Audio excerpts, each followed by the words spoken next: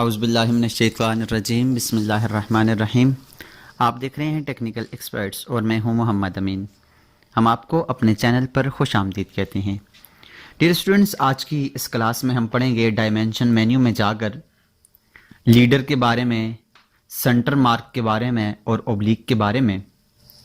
बीच में एक ये ऑप्शन रह गया है टॉलरेंस का, इसके लिए मैं अलग से क्लास लूँगा और इसको आपको तफसील से समझाऊँगा कि ये क्या चीज़ है। आज हम लीडर, सेंटर मार्क और ओब्लिक को पढ़ेंगे। शुरू करते हैं लीडर से। लीडर हमारे पास क्या होता है, अगर हमने कोई भी ऑब्जेक्ट बनाया हो और उस ऑब्जेक्ट का नाम देना हो, जैसे तीर लगाकर उसको शो किया जाता है कि ये चीज़ है और इसका ये नेम है, उसके लिए हम लीडर की कमांड को यूज़ करते हैं। तो लीडर की कमांड यूज़ करने के लिए मैं यहाँ से लीडर के ऊपर क्लिक करूँगा तो नीचे कमांड प्रॉम्प्ट के ऊपर लिखा हुआ आता है स्पेसिफाई लीडर फर्स्ट पॉइंट। मैं यहाँ पर लीडर का फर्स्ट पॉइंट दूंगा यहाँ से। अब कहता है स्पेसिफाई नेक्स्ट पॉइंट, मैं नेक्स्ट पॉइंट दूंगा। अब अगर नेक्स्ट पॉइंट देना है तो दे दें, अदरवाइज एंटर कर दें। अब कहता है स्पेसिफाई टेक्स्ट विड्थ, टेक्स्ट कितनी की विड्थ का आपको कितनी चाहिए, मैं इसको फॉर एग्जांपल 2 दे देता हूँ। अब कहता है enter the line of annotation text, कोई भी टेक्स्ट दें। मैं यहाँ पर लिख देता हूँ मिसाल के तौर पर सर्कल, मैंने सर्कल लिखा है, एंटर दबाया। अब दूसरा अगर लिखना है तो सर्कल लिख लें, अगर नहीं लिखना तो छोड़ दें। तो आप ये देखें कि यहाँ पर ये तीर बना हुआ आ गया और यहाँ पर आगे इसके ऊपर सर्कल लिखा हुआ आ गया। तो इस तरह से हम कोई भी लीडर लगा सकते हैं किसी भी ऑब्जेक्ट को। जैसे मेरे पास ये एक रेक्टेंगल लगा हुआ है, मैं इस रेक्टेंगल को शो करना चाहता हूँ तो यहाँ से लीडर के ऊपर क्लिक करूँगा। अब फर्स्ट लीडर पॉइंट लूँगा, यहाँ से मैं इसके ऊपर यहाँ पर क्लिक करता हूँ। अब नेक्स्ट लूँगा, उसके बाद एंटर दबाएं और उसके बाद है हमारे पास इसकी हाइट ऑफ टेक्स्ट है, यहाँ से मैं 3 देता हूँ। 3 के बाद अब यहाँ पर लिख दें RECTANGLE रेक्टेंगल और एंटर कर दें। दोबारा से एंटर करें तो हमारे पास ये रेक्टेंगल लिखा हुआ आ गया और ये शो कर रहा है कि ये रेक्टेंगल है। तो हम इस तरह से कहीं पर भी लीडर को लगा सकते हैं। उसके बाद हमारे पास जो अगला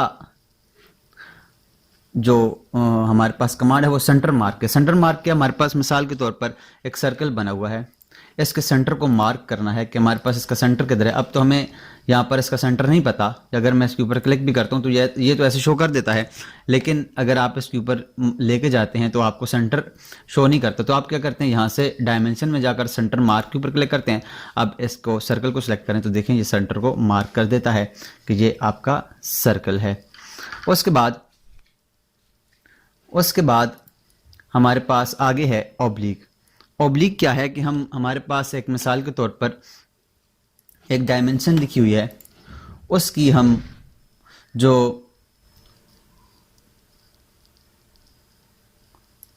उसका जो हमारे पास क्या कहते हैं उसको एंगल है, वो अगर चेंज करना चाहें तो उसके लिए जैसे मैं लीनियर की एक ले लेता हूँ डायमेंशन, मैंने यहाँ पर लीनियर की डायमेंशन लिया है। अब इसको चेंज करना चाहूँ तो ओब्लिक के ऊपर क्लिक करूँगा। अब कहता है सिलेक्ट ऑब्जेक्ट, मैं ऑब्जेक्ट के ऊपर क्लिक करूँगा। अब उसके बाद राइट बटन क्लिक करूँगा। अब कहता है एंटर द ओब्लिक एंगल, कौन सा एंगल चाहिए। अगर आपको नहीं करना तो एंटर दबा दें, अगर चाहिए तो मैं कहता हूँ इसको 45 करता हूँ। तो आप देखें ये 45 एंगल पर ये फिर गया है, 45 एंगल पर ये चेंज हो गया है। उसके बाद एक दफ़ा फिर कर लेते हैं। मिसाल के तौर पर हमारे पास ये एक रेक्टेंगल है और रेक्टेंगल की मैं यहाँ से एक लीनियर की मदद से इसकी यहाँ से पैमाइश लेता हूँ।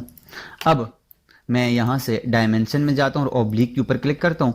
ओब्लिक पे क्लिक करने के बाद डायमेंशन को सिलेक्ट करूँगा, डायमेंशन को सिलेक्ट किया, राइट बटन क्लिक किया।